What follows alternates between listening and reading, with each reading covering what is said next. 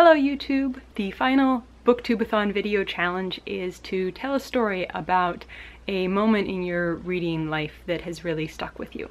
And inspired by Ariel's story about Harry Potter and how it helped her make some friends when they were having a midnight release, I wanted to tell you my very unusual midnight release story. I was very late to Harry Potter. I read the first book in a day, and then about a year and a half later, I read the other 6 books. And I read the other 6 books the summer the 7th book came out.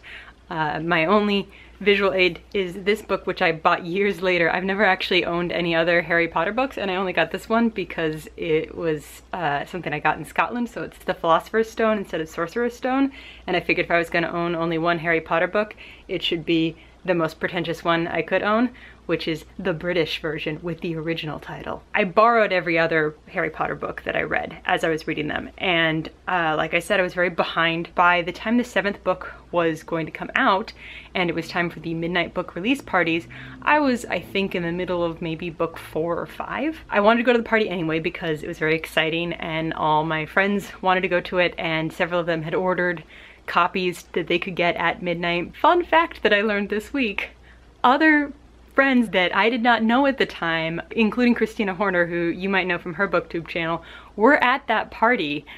Christina was there because she was a member of the Parcel Mouths and they were playing that party, but I didn't know her at the time.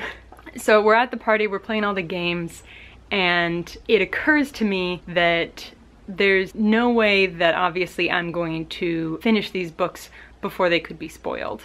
Now, the big spoiler midway in of Snape kills Dumbledore was released immediately, and I didn't think something like that would happen again, but I figured there's really only 2 ways this series can end. Either Harry's going to defeat Voldemort and die, or Harry's going to defeat Voldemort and live.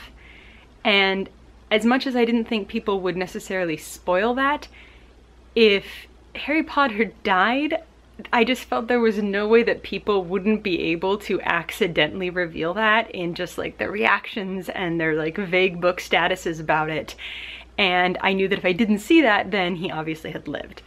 And so that was a spoiler that I just felt like was coming no matter what. And I was no way I was going to be able to suddenly read 3 books faster than the rest of the world could read just the 7th one. My friends got their books. I didn't even buy a book at the midnight release party because, as I said, I didn't own any Harry Potter books. I was just going to borrow the 7th one once I got to it. We took the books, got in my friend's car.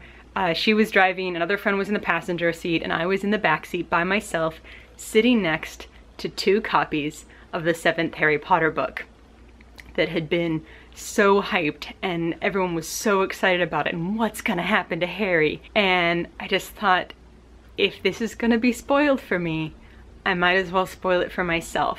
And I reached over and I just quietly picked up the 7th Harry Potter book and opened it to the very last page and read the very last sentence, which is all I needed, and then I just quietly closed it and put it back, and I didn't tell my friends, who were freaking out because they were so excited about finally getting to read this book.